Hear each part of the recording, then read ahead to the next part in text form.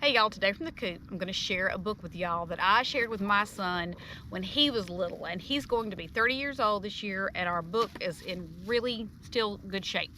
But it's called Where the Wild Things Are. It was written and illustrated by Maurice Sendak, and it was published in 1963, but he also won an award for the pictures, the Caldecott Award, in 1964.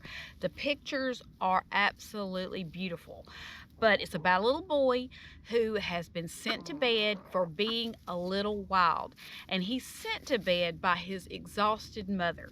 So while he's in his room to pass the time, he pretends or imagines that he sails away to a distant land of wild things. And while he's there, he expends all his energy, but in the end, he wants to return to where he is loved. So we hope you enjoy this book, Where the Wild Things Are by Maurice Sendak.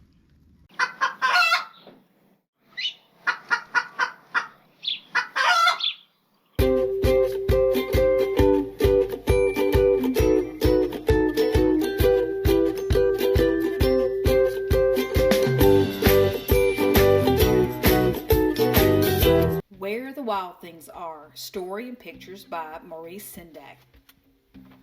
The night Max wore his wolf suit and made mischief of one kind and another, his mother called him Wild Thing, and Max said, "I'll eat you up."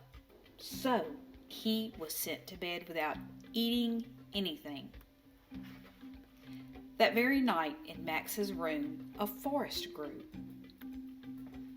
and grew and grew until his ceiling hung with vines, and the walls became the world all around.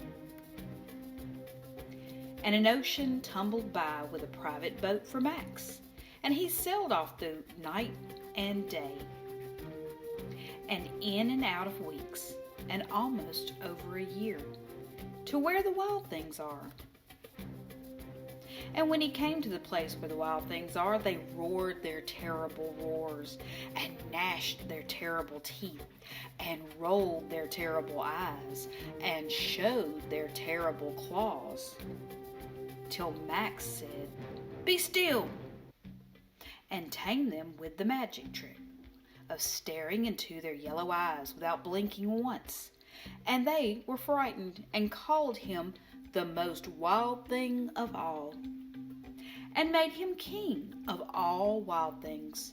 "And now," cried Max, "let the wild rumpus start."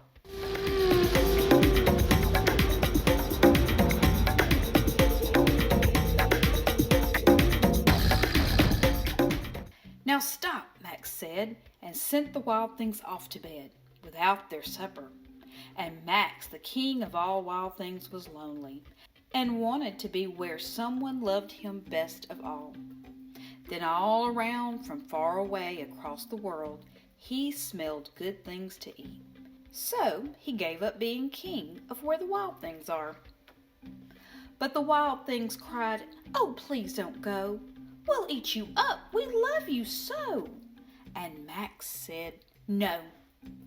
The wild things roared their terrible roars, and gnashed their terrible teeth, and rolled their terrible eyes, and showed their terrible claws. But Max stepped into his private boat and waved goodbye, and sailed back over a year, and in and out of weeks, and through a day, and into the night of his very own room, where he found his supper waiting for him. And it was still hot.